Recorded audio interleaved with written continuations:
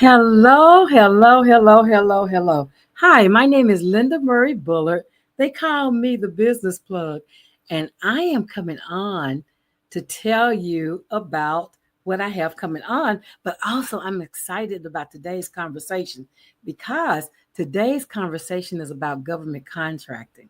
So if you are an entrepreneur or if you have family, friends, foes who are entrepreneurs and you want them to know about government contracting, here's your opportunity to share this video so they can learn about how to make more money than they ever could imagine getting government contracts. I Before I do that, I want to tell you about two things. So the first thing is that on February the 9th at 7:30 p.m., I am hosting a government contract prep workshop. It is a webinar designed to help businesses get ready to get government contracting. And so if that's something that interests you, then I'm going to ask you to come join me, right? So I have the link. I was looking to see if I had put the link. I thought I did, but you know how that is. This mine is an etch a sketch. My students laugh at me because I tell them when I go to sleep and wake up again, everything I did the day before is wiped out, just like an etch a sketch. Those of you who know what that is, this brain method I'm using is just like an etch a sketch. But in any case, I want to make sure that I drop the link in the comments. So if you need additional support in getting government contracts for your business, be it for profit or nonprofit, I'm doing a prep. And if there are any nonprofits in the room at the event, then of course I'm going to address what their needs are. But this is basically for profits to help you to get set up so that you can get government contracting at the local level, at the state level, and at the federal level. There are three different levels of government that you need to be approved for. So I'm going to help you get that. And if I didn't put it in the description wherever you're watching this, I'm putting it in the comments now. So that way you'll have it. So whether you're watching it on LinkedIn or you're watching it on on YouTube, or even if you're watching it on Facebook, I just put the link in the comments for that training if you would like to have it after you've watched this. Okay. So let's talk about, so that's one thing I'm doing. If you are a business and you're trying to get, well, you want your 2025 to be, hello, Atlanta. Hey there, Jonathan. If you want your 2025 to be bigger and better than it's been in previous years, then I am working one-on-one with various businesses who want to make sure that they're compliant, especially if you're an LLC. If you're an LLC, going through this government contracting thing is going to help you to get your LLC compliant. Because I know that there are a lot of people that have LLCs, but I'm not sure they're all compliant. Because when I'm going to try to help them to get government contracts, they're like, Linda, what minutes? What are minutes? What are minutes? And I'm like, you're an LLC. You should be having an annual meeting at least. And there should be minutes from that meeting. So we go through that and get them where they need to be on that. But there are other things that you should have as an LLC to make sure you're compliant. So if you are an LLC specifically, if you're an LLC and you don't know whether your LLC is compliant, you're going to want to do that because, you know, we just saw the BOI, right? The BOI is coming, whether it happens next month or next year. It's going to happen. And so you being compliant is going to have a lot to do with them if they start to audit LLCs, because there's a lot of ghost LLCs out there and they're making it bad for everybody. And so they are looking to make sure that your LLC is compliant. So you want to make sure that your paperwork's right. I'm helping businesses to get that paperwork together. So that's one of the things I'm doing. The other thing I'm doing is, again, on February the 8th, if you want to join me, I've already put the link in the chat, and it looks like our guest has just jumped on board. So I was doing all my my monologue. I was doing my monologue till she got here, but she's here now. So, ladies and gentlemen, I want to introduce you to Christine Edwards. Come on in, Christine. Hey, honey. Hello, hello. Yeah. So 2 days in a row. I know, right? You are an awesome host. You are an awesome host because you made me feel so welcome. I felt so at home. Oh, but That thank was you. We were good. so glad. My little class, you done blew their mind. They were the whole class. They were like, Miss Linda. Yeah. You done blew their mind. And just like you're going to blow the minds of these business owners who are looking to get into government contracting. Just like you're getting ready, you're going to do it all over again right here. You're Listen, going I to help hope these so. business. Yes, you are. Yes, you are. Because I have invited anybody and everybody who are interested in learning more about government contracting and making more money than they could ever imagine. Like there's so much money out there to be had if we're compliant. That's the key word, Mhm. right? And so tell them, who is Christine Edwards? Give us your backstory, sugar. Yes. So I'm Christine Edwards, and I am a government contracts coach. But before I became a government contracts coach, I became a small business owner, an entrepreneur, and I started my business in 2018. I won a grant from the Knight Foundation. I'm located in Charlotte, North Carolina, and my business is it's all about community engagement and connecting the community to local government resources, any kind of resources that they need from their government or from their city. That's what I do. So we do community engagement and outreach services like surveys, focus groups. We can help coordinate town halls and help the government understand who their people are and who they need to talk to, and just make it a little bit more equitable. So that's what I do. My business is called Civility Localized.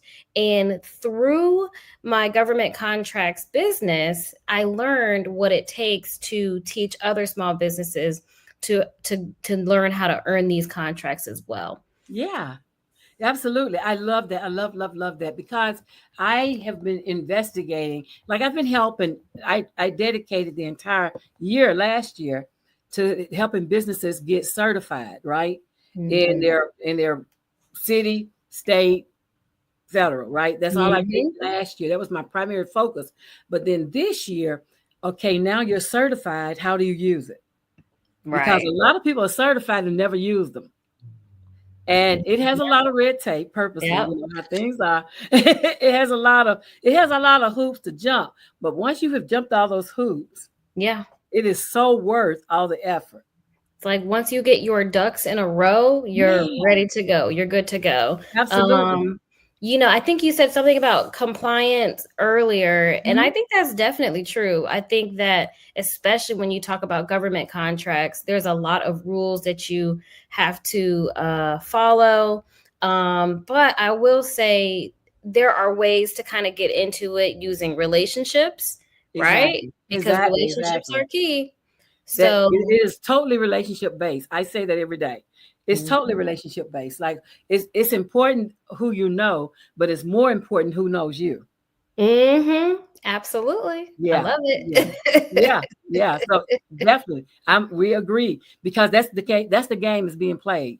It's all about relationships and strong relationships and doing what you say you're gonna do and being, Mhm. being exactly who you say you are, if not better, but Mhm. definitely never worse. So yeah.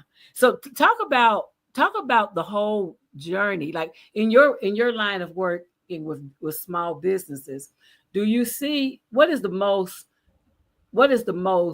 continuous thing you see that small businesses don't already have in place?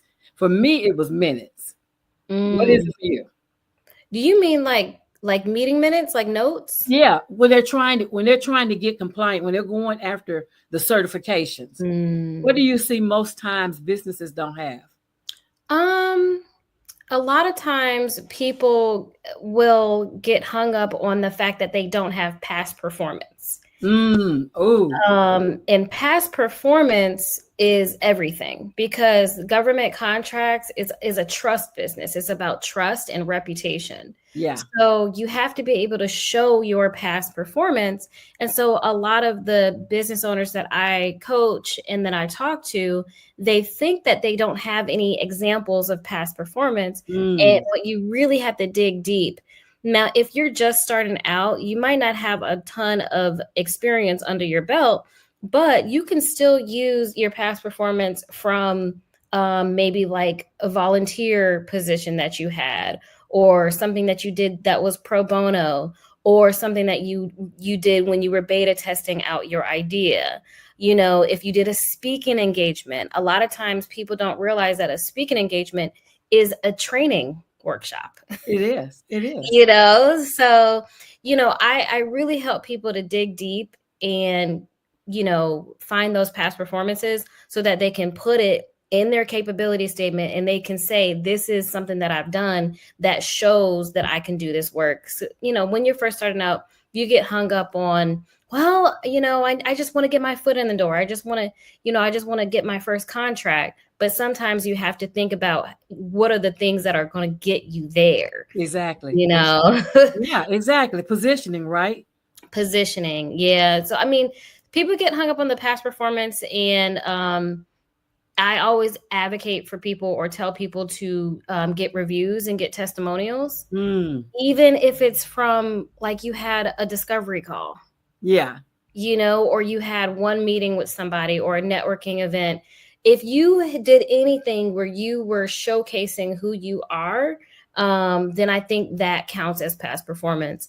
And then, of course, just getting out there and then asking people for opportunities to say, hey, I need to get something under my belt so that I can showcase that I'm doing this work. So yeah, that's a big one. I'm trying to think of another one. Sometimes people get the like needing to have a physical mailing address. Oh, that's another good one. Another good one. Yeah. Because the government is going to ask to verify an address. Now, there's a couple of different ways you can do this, and I'm sure you're familiar. You can have a P.O. box, right? You can have a P.O. box that has like a physical location, and you can use the location of that mailbox for your business location. Right. Just make sure it's consistent. Or you can actually name your home. If you work from home, you can name that as your business location. And a lot of people don't realize that is a valid thing that you can do. Absolutely. And the thing about that, is when you use your home address, it becomes public. It becomes a part of public record. So that means anyone wanting to get to you, your business, will come. And the reason I said that is because I've used my address, and I've had a person saying, I was coming to see if you all are hiring. Coming to your house. Yeah. Wow. Yeah. So I agree. You definitely want to be careful about that because it is publicly listed, just in wherever you have your business listed at. The government, sometimes they'll have like a database of vendors, wherever your business is registered at. So that's why sometimes it's good to get a P.O. box, or if you have a space that you're leasing or an office space, you want to use that as your physical address. So sometimes people they'll get hung up on that, or they'll get hung up on the past performance, but you really do have to have this stuff figured out. Exactly. There are businesses that will allow you to have a mailbox on site. So you can rent a mailbox from any location that has a mailbox secured for you. So companies are doing that too, because they realize that you do need a physical address, and you don't want to have it coming to your home. Exactly. And they don't accept virtual addresses. No, it has to be a physical. You cannot use a Google address or all those. You can't do those. It has to be a physical address. You're right. A physical address with a mailbox. And what I use is our co-working space. So yeah, exactly. There are various levels of membership that you can have at a co-working space.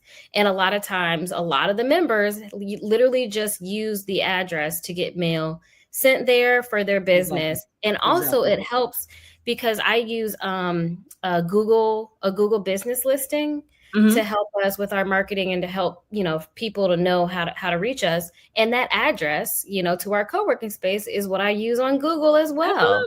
Absolutely. So yeah. And so that is, you're right. That is one of the things, because, a lot of them have those virtual addresses, and that doesn't play well in the government contracting arena. Mm-hmm.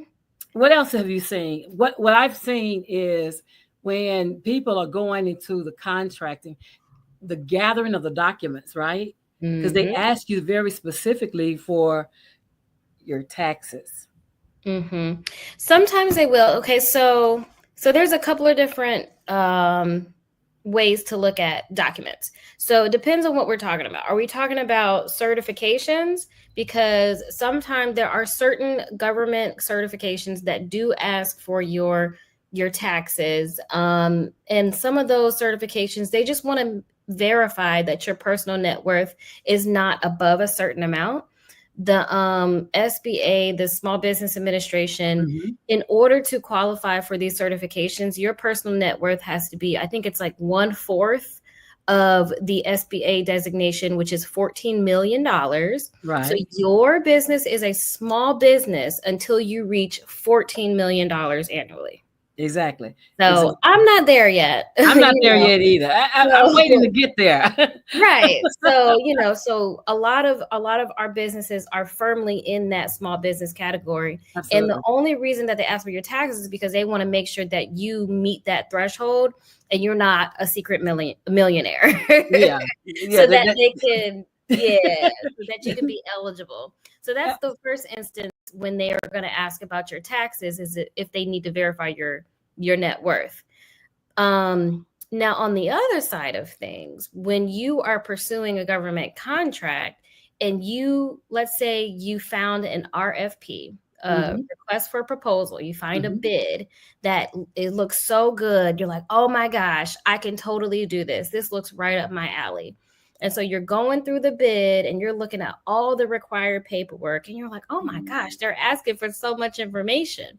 Sometimes in the RFP, they will also ask for financial documents. Absolutely. And they'll say, hey, send us your latest profit and loss statement, or send us a, what is it called? An audited balance sheet. Well, they'll ask for your cash flow statement.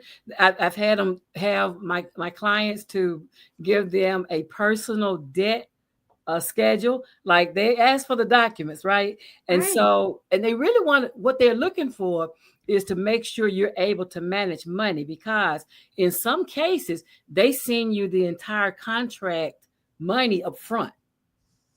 I would like to get one of those. And they want to make sure you can manage it.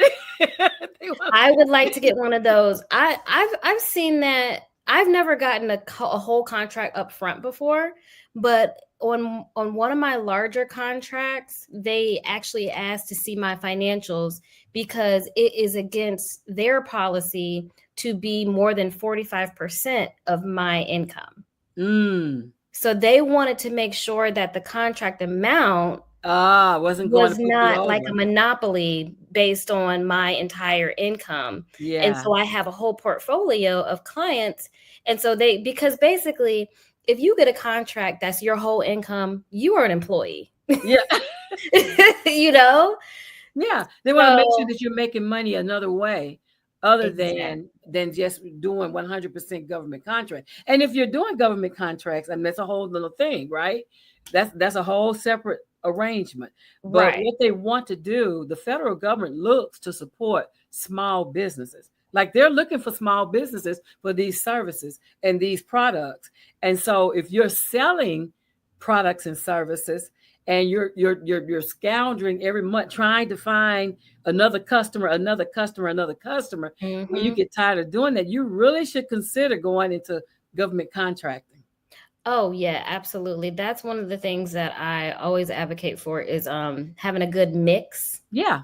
A good mix of customers, because you don't want to just have one type of customer or rely on one client for all of your work, especially when it comes to the government, because even though government contracts is a little bit more consistent and stable, if something happens where they have to cut the contract short, or the funding gets taken away, Absolutely. or the grant funding is over and we can't give you this contract, then you're going to want to have something to fall back on. You're not going to want to be just relying on that one government client. And that's in anything, because people were in an uproar last night because of TikTok, right? All Oh, of their revenue, that those people who have all their eggs in that one basket, yeah. like when they turned the switch off, people were panicking because Yeah. that's their only source of income. And Yeah. you hear people make more on TikTok in a few weeks than people make the whole year. Whew. Yeah, yeah, it's that it was that crucial. It was that crucial. So Wow. if you never want to put all of your eggs in one basket. That's Mhm. exactly what I learned when I was coming from being employed, in corporate, to being an entrepreneur. The Mhm. reason I became an entrepreneur because all my eggs were in that basket of that job. And Mhm. when they Mhm. laid me off, they say lay off, but it's a firing. When they let me go, Mhm. I did get a severance check, but still, when they let you go, then what are you going to do for income going forward? The severance check can only go so far. So I learned then, never again to put all my eggs in one basket. Absolutely. You And need diverse. You need several different revenue streams to keep your business afloat. I will say one thing because that is so real. Like, Mhm. don't rely on just one revenue stream and make sure you have revenue streams that have different sales cycles Yeah. so that you can get money quicker if you need to, so that if there's a way to, earn a client and sell a service quicker, then you also have these longer term sales cycles. Like government contracts are much longer term. Talk about that. So, okay. So with the government contracts, sometimes your check or your payment is net 30 Mm, or net 60 or even net 90 sometimes. yeah. So you want to make sure that you have the cash flow in place, because let's say you finished up a project in December, and so now you put in your invoice at the end of December for the work that was completed in December. And you're like, all right, let's get paid. And then they say, oh, well, your contract says net 30. So we don't have to pay you until 30 days after your invoice within that 30-day mark. So make sure that you have the cash flow to get you to the end of January. Exactly. Like, Exactly. okay, you finish the work on December 31st, but you're probably not going to get paid until late January for that work. And so with government contracts, a lot of times they extend it out because of their invoicing processes. So make sure that you either have the cash flow where you have the money to pay your overhead, pay your bills, pay For your yourself, employees. your employees. Pay Um, them first. Pay them first, yes. Because listen, they can go on TikTok and probably make some money. But make sure that you have that cash flow. And then if you find yourself in a bind, maybe it's time to start diversifying and see if you could sell a service or sell a product that has a shorter sales cycle. Yeah. Yeah. And that's what I was teaching yesterday's class about, that cash cycle. Like if you have clients who are paying you every 30 days, every 60 days, every 90 days, but then you have bills that come in that are every 30 days, Mm-hmm. you're going to run into some sticky situations. So you want to make sure you have a reserve or a way of keeping that cash flow in-house as Mm-hmm. long as you can, so you can meet those needs. Yes, Yeah, yes. that's very important. That's very important, but it's worth it, right? I mean, we talk about, the length. If there are downsides to government contracting, it is that length to get paid. However, Mm-hmm. once you get paid, the amount you get paid is enough to bring everything right. Oh yeah. Oh yeah. As long as you don't have a crazy overhead. I think the amounts of the contracts, I mean, it just depends on what you do. With government contracts, it could either be you're selling goods, whether it's like construction goods or physical products, retail products, or you could be doing professional services like media, photography, marketing, administrative services, project management, or you might be doing a social service like managing a program. Exactly. So it really just depends. Sometimes they pay quicker, and sometimes the cost of the service is higher. Sometimes the cost of the service is lower. I think that's why it's important to get plugged into your local government. Go to your city council meeting and see what that threshold is. Yeah. Yeah, ask because questions. I always suggest that my business owners go and have a conversation with your elected official. Whether you voted for them or not, that right there is unimportant. What's important is they have sworn an oath to represent all the citizens, those that voted for them and those that didn't. Like, that's an oath. It's not like, okay, I didn't vote for you, so I can't help you. I mean, you can't help me. It's not that. This is not that. If they are your representative, your alderman, your councilman in your region, if they're your senators, if they're the people, all the way up to Congress, all the elected officials are in play because they have taken a sworn oath to serve. And so they work for you. And so you should have a conversation, get to know them, let them know about your business and what you do, and help them to walk you through, okay, is this something that the government can use? They may have some insight that you can't get anywhere else. Right. Yeah, absolutely. Absolutely. So I always say, talk to your banker, right? The people holding your money, whoever's holding your money. Yeah. Because that is the CEOs that I work with, telling them, go have a conversation with the branch manager. And if you're at the main branch, go have a conversation with the president. Like, they're holding your money, have a conversation with them. They may see something that you're not aware of. It's all about relationships. Oh, 100%. And then they might be able to tell you, you might be looking for one thing, and then they'll say, oh, well, actually, this is what you really need. And you wouldn't have known that if you hadn't called and asked or met with them and talked to them about what you think that you need, especially when we get into these funding conversations. I had a conversation with a banker, and I said, I'm having some cash flow issues. I think I need a bridge loan to help me, get the cash flow that I need, because all of my accounts receivables are 90 days away. And it's like, oh my God. So, but I go and sit down, and they're like, well, we don't think you need a loan. We actually think you could do really well with the line of credit. That part right there is a game changer, because I've helped businesses get those lines of credit, and those have been game changers, right? They don't need they just need the money when they need the money. Right. And so they don't need an upfront loan. So but they wouldn't know that if they didn't go in and have a conversation with a banker. And it might not be your business banker. They might even say, well, your numbers look. Uh-oh. Sorry. Oh, it's okay. Sorry. The numbers look good, but. Oh yeah, no, I was saying the numbers look good. They'll tell you that the numbers look good, and they'll say, well, we can't do anything for you here, but I know somebody else at this other bank, and they work with a lot of companies like yours. So you just never know until you sit down and really talk to people. And like the first thing we said when we got on here, it's all about relationships. It is all about relationship. It is relationships, and garnering those relationships that are a win-win, right? Because it looks good for them to be serving in their communities. I try to tell my students about the Community Reinvestment Act that puts money back into the communities. Like, hopefully all business, all for-profit businesses have a social arm. They're doing something to the community, helping the community where they're living.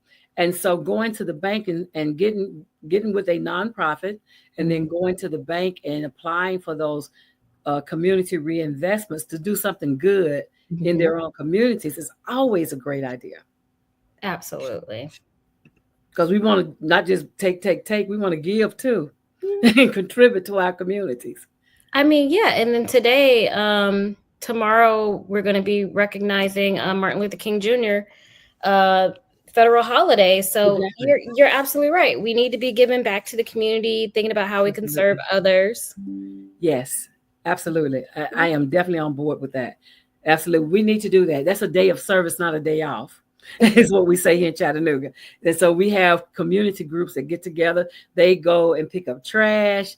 They go and greet people. They go spend time with elders. They go do something to help others, to feel their presence, that we are all one big community. And businesses should be a part of that, regardless of what you sell or what you do.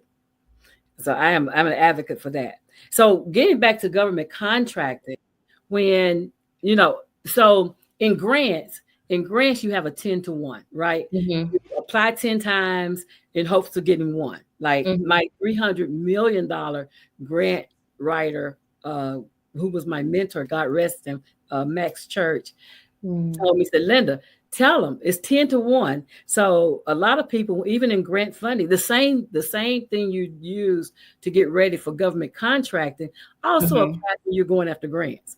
And so, yeah, same thing. If you get straight for that one, you can also do this one. So because the government grants require the same thing that they do for the contracts.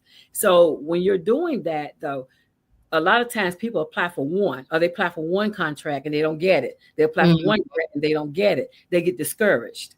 Yes. And knowing that the ratio is 10-1, like I've listened to several business owners say, well, I applied the first time out. And I'm like, okay, good. And then others are like, okay, it took me a while, but I finally got it. There you go. But what I saw is the commonality sometimes is for certain grants, there's like a big pool of people applying. And then for other grants, there's no one applying. Yeah. Yeah. You never know. So it's always good to just go for it, because you don't know who like is in that pool. But also you cast more with a wide net. I mean, excuse me, you can win more when you cast a wide net. Yes. And you increase your chances to win. And I like that idea of using that grant strategy for government contracts and to kind of bundle them. So if you see an RFP that makes sense for you, and you see maybe you see two that are similar, maybe they're in different locations, but the scope of services is like really similar. And if you're writing a proposal, you might as well write a proposal for both. So exactly. At the end of 2024, we just kind of snuck in 3 proposals that we got in right at the end of the year. They were all due like that 3rd week of December. And I was able to get 3 proposals in, and I've already heard back from 2 of them and got interviews for 2 of them. 2 out of 3. Oh, that's great. That's wonderful. I love that. Congratulations. So thank you. Imagine if I only did 1.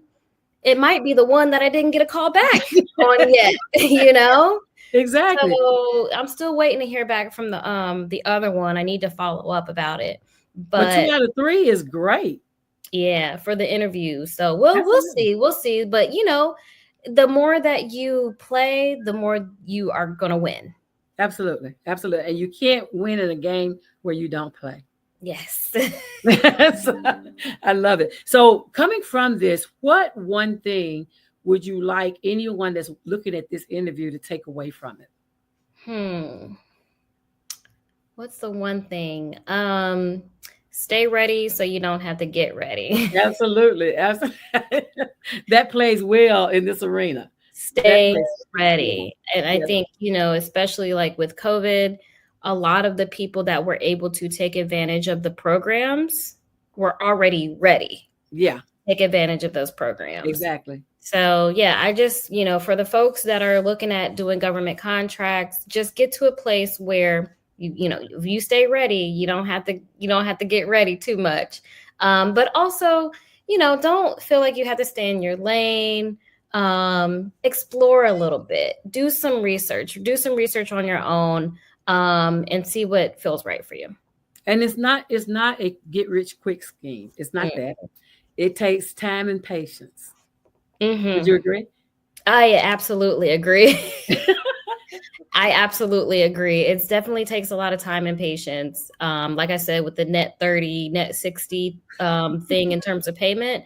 And that's why, again, it's good to have a couple of different options. Like if you go after the 3 proposals instead of just 1, because that one deal might take several months to actually land. So make sure you have a couple of things going on at once. Absolutely. Absolutely. So you are free to reach out to Christine Edwards. Her contact information is wherever you're watching this video. And again, if you would like to come to my training on February the 8th, you are invited. It starts at 7:30 p.m. Eastern. There will not be a replay.